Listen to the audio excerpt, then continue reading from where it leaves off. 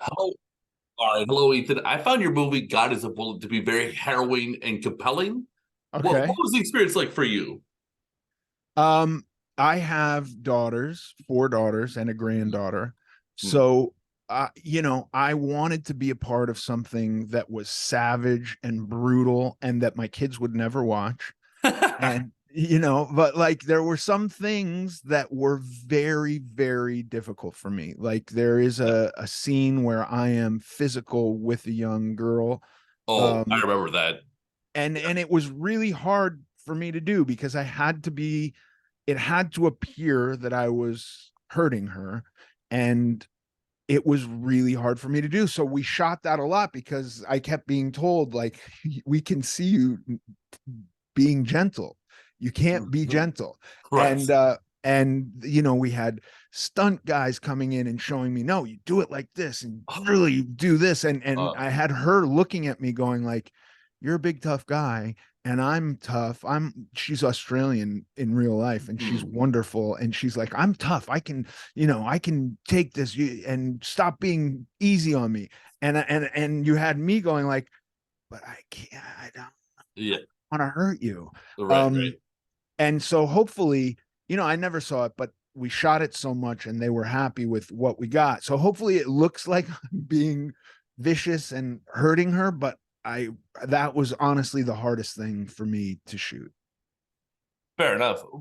Did you ever find it like liberating to play such a despicable character who's sort of outside, our what we consider to be right and wrong? Yes, I enjoyed all of it in a posturing way, in a way where I can just do that and then there's no chance of it actually having an effect on another person. Mhm. Totally. I love that. I also love that most of the time when I'm playing somebody who has divergent morals and values from my own, I'm trying to pump humanity into them because I want to be playing a real person, right? And so like the easiest example of this would be my character in American History X. He's oafish, he's cartoonish, he's evil. All of his morals and his philosophy is completely different than my own. And yet I want to have a little humanity in because he's a real person. Oh yeah.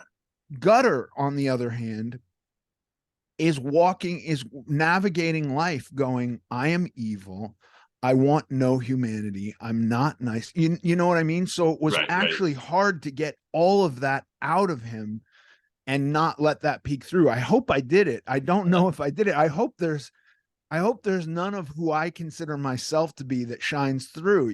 Do you know what I mean? Does that make sense? Because I that's think it'd be really like what I it think wouldn't he be the is. worst thing in the world if I think people are a little bit of this, a little bit of that, I think we kind of like exist in a gray zone. I do too, but We I have like don't good I intentions and we don't try our best. yes, but I don't think Gutter exists in a gray zone. I think Gutter is a serial killer. He is a sociopath. I don't think there's a lot of empathy in Gutter. I think Okay. he wants to kill just about everyone.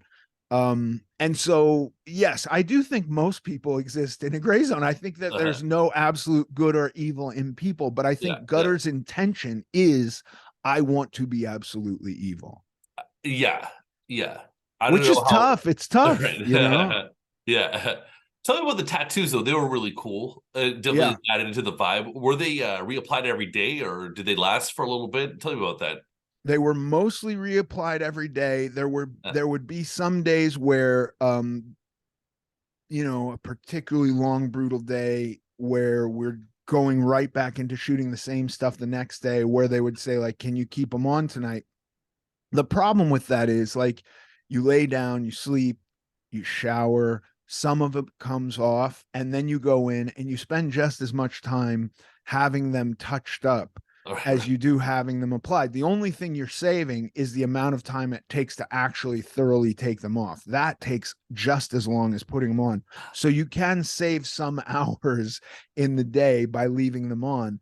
But then you're like at the hotel, you're covering your blankets and black sticky stuff, and the hotel is pissed. Like the tattoos were a pain in the ass. That It was not. sounds, It was. I thought they looked really cool, but it they was do look not the very cool. most fun part of that job. I definitely appreciated the tattoos. Yeah, I feel like criminals have a unique relation to religious issues since they live so closely on the edge of life and death. And I sure. thought the movie interweaves nicely some theological discussions without, sort of like jamming it down. Like this is what we're saying. Like, it sort of works with the whole flow of the movie. Yeah. So how do you interpret that angle? I think that the character I played, I think I left that kind of thing up to Nick. Nick, you Yeah, you okay. can you can you can figure out all these metaphors and all the broader Uh, meanings of everything. I'm going in playing a guy who really is looking at every person, even the people who are helping him stay alive, and thinking, how would I kill that person? That's really was kind of my motivation. uh-huh. Okay. Fair enough. What was he like on set? Was he very intense and broody? Nick, Yeah. Nick, no, man, he's the most fun. This Uh, was the third movie I've done for him, but then he also wrote right. Blow, so we had that connection too, Yeah, even yeah, yeah. before. And Nick is like the most fun. Huh. He's got so much integrity, and a lot of his artistic sensibility will put him up against the producers in a way where you know it's easier to sell people a PG-13 movie. And Right. this movie, if you tried to do this as a PG-13 movie, it would be terrible. Yeah. But they might make more money if you do that. And And it's a and long movie, 2.5 and it's hours. yeah, Yeah. it's a long movie. So Yeah. you'd want that. So like I'm sure there's somebody who said to him at some point, like, if we chopped 45 minutes out of Right. this and made it much more palatable, Uh-huh. we could make more money at the box office. And I think that kind of thing, Nick it would never occur to him, first of all. And second of all, when presented with an option like that, he would tell somebody to take a flying fuck, Right. He sorry is for his father's swearing. son. Yeah, exactly. Yeah. So I love Nick's integrity. I love his passion. He's got a well of energy that I do not understand. I spent years working out with Nick. We would meet every day. Oh, nice. Yeah, Yeah, you're through a cut lot. these days. It's great. It's great to see. I'm trying, and You're and doing so great. is Nick. He's an absolute badass, Yeah. and he always had so much energy in the gym, and I just couldn't love Nick more. Nice. All right. Well, I really appreciate your time, Ethan. Thanks for hanging out with me for a little bit. Final question. What's your Sure. favorite John Cassavetes movie? The Killing of a Chinese Bookie. Very good, very good, very inspired choice. Yeah. And ties in nicely with God is a Bullet, a very intense movie that I thoroughly enjoyed. Thanks a lot. Yeah, I want to say one other thing. You know Yeah, what I love about John Cassavetes also, and I think it's what makes Nick such a great director too, yeah, is that John Cassavetes is also a great actor. Um, absolutely. Right. Rosemary's Baby and his Oh, it's the performance in best. Rosemary is Yeah, unbelievable. yeah. And Nick is a great actor, and so he understands how to communicate with actors as a director, and I think that's part of what makes him so great. I like it. Thank you so much. Sure.